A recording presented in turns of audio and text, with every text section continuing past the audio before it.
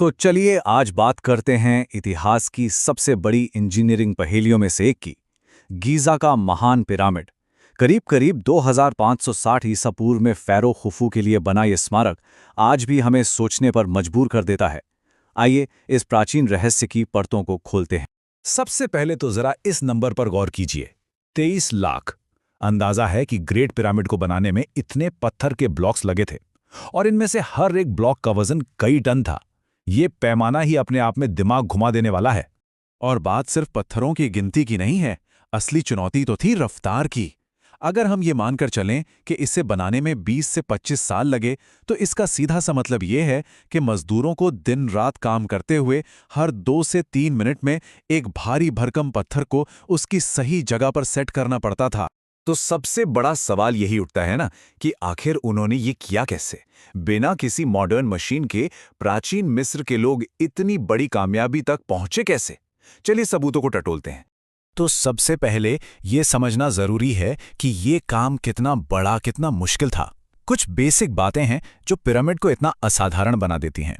तो ये हैं कुछ बेसिक फैक्ट्स। 146 मीटर से भी ज्यादा ऊंचाई, 23 लाख पत्थर के ब्लॉक, और ये सब कुछ सिर्फ 20-25 सालों में। ये समझना बहुत जरूरी है कि हम किस लेवल की इंजीनियरिंग की बात कर रहे हैं। अच्छा, अब आते हैं सबसे आम गलतफहमी पर। दशकों से फिल्मों और कहानियों ने हमें यही यकीन दिलाया है कि पिरामिड को बनाने के पीछे गुलामों का हाथ था। लेकिन क्या आर्कियोलॉजिकल सबूत भी यही कहानी सुनाते हैं? हाँ, वही वाला सीन जो फिल्मों में दिखाते हैं। हजारों गुलामों को कोड़े मारे जा रहे हैं और वो तपती धूप में विशाल पत्थर खींच रहे हैं। ये इमेज काफी पावरफुल है, लेकिन ऐतिहासिक तौर पर सही नहीं है। यहाँ पर मिथक और हकीकत का फर्क साफ हो जाता है। आर्कियोलॉजिस्ट को पिरामिड के पास ही मजदूरों की बस्तियां और कब्रें मिली हैं। वहां मिले कंकालों की जांच से पता चलता है कि उन्हें अच्छा खाना मिलता था और काम के दौरान लगी चोटों का इलाज भी किया जाता था। इतना ही नहीं, उन्हें सम्मान के साथ दफनाया गया था, जो गुलामों के साथ तो बिल्कुल नहीं होता था। तो कुल मिला के बात यह है कि पिरामिड बनाने वाले गुलाम नहीं थे, बल्कि वो स्किल्ड वर्कर्स थे। ज्यादातर शायद किसान थे जो नील नदी में बाढ़ के वक्त खेती नहीं कर पाते थे, तो इस बड़े नेशनल प्रोजेक्ट पर काम करने आ जाते थे। ये एक ऑर्गेनाइज्ड, सम्मानित वर्कफोर्स थी। ठीक है, तो अब हम ये तो जान गए कि इसे किसने बनाया, पर अगला सवाल है कैसे? चलिए अब पत्थरों के सोर्स और उन्हें कंस्ट्रक्शन साइट तक लाने के अविश्वसनीय चैलेंज को समझते हैं। पिरामिड सिर्फ आसपास के पत्थरों से नहीं बना है। देखिए, मेन स्ट्रक्चर के लिए चूना पत्थर तो पास के खदानों से आ गया, लेकिन बाहरी चमक के लिए जो सफेद चूना पत्थर था वो नील नदी के पार से लाया गया। और सबसे हैरान करने वाली बात, राजा के चैम्बर में लगा विशाल ग्रेनाइट 800 किलोमीटर दूर असवान से आया था। तो इतने भारी ग्रेनाइट ब्लॉक्स इतनी दूर से कैसे लाए गए? जवाब था नील नदी। मिस्र के लोग नाव चलाने में माहिर थे। वो इन पत्थरों को खास तरह की नावों पर लादते थे और नदी में आने वाली सालाना बाढ़ का इस्तेमाल एक सुपर हाईवे की तरह करते थे, जिससे पत्थर सीधे गीजा पठार के पास पहुंच जाते थे। पत्थर साइट पर आ गए। अब अगला चैलेंज, उन्हें ऊपर कैसे पहुंचाया जाए? और यहीं पर आती है सबसे मजबूत थ्योरी, रैम्प थ्योरी। आइडिया यह है कि जैसे जैसे पिरामिड ऊंचा होता गया, उसके साथ साथ एक रैम्प भी ऊपर बनाया जाता रहा। और यहीं पर आकर एक्सपर्ट्स के बीच असली बहस छिड़ जाती है। रैम्प थ्योरी सुनने में तो ठीक लगती है, पर कोई भी पक्के तौर पर नहीं जानता कि वो रैम्प असल में दिखता कैसा था। उसके डिजाइन को लेकर कई अलग अलग आइडियाज हैं। क्या वो एक लंबा सीधा रैम्प था जो मीलों तक फैला होता, या फिर एक जिगजैग रैम्प जो पिरामिड के एक ही साइड पर ऊपर चढ़ता था, या हो सकता है कि एक स्पाइरल रैम्प हो जो पिरामिड के चारों ओर घूमता हो। एक नई थ्योरी तो ये भी कहती है कि शायद पिरामिड के अंदर ही एक रैम्प था। सच तो यह है कि काम पूरा होने के बाद रैंप हटा दिए गए थे, इसलिए हम दावे के साथ कुछ नहीं कह सकते।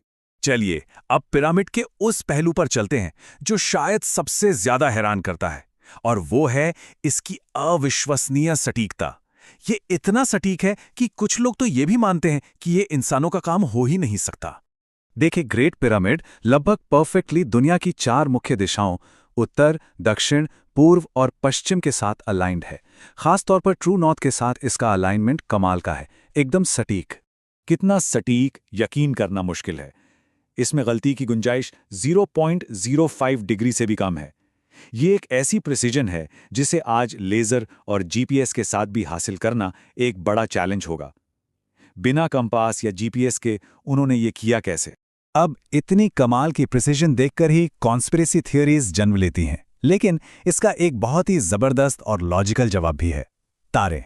प्राचीन मिस्र के लोग बेहतरीन खगोलशास्त्री थे। माना जाता है कि उन्होंने रात में तारों को देखकर, जैसे कि सप्तर्षि और ध्रुव तारा, दिशाओं का इतनी सटीकता से पता लगाया था। ये एलियंस नहीं बल्कि इंसानी दिमाग का कमाल था। तो इन सब बातों के बाद हम आज कहाँ खड़े हैं? चलिए एक बार समेटते हैं कि हम क्या जानते हैं और क्या है जो अब भी एक पहेली बना हुआ है। ये चार्ट हमारी आज की समझ को काफी अच्छे से दिखाता है।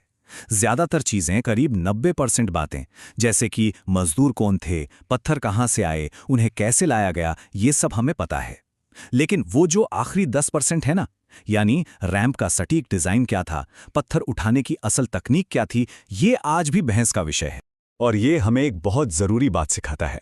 जब हम पिरामिड के बारे में सोचते हैं तो हम अक्सर खोई हुई मशीनों के बारे में सोचने लगते हैं, पर शायद असली टेक्नोलॉजी मशीनें नहीं बल्कि इंसानी संगठन, गणितीय योजना और हजारों लोगों का एक साथ मिलकर काम करने का जज्बा था।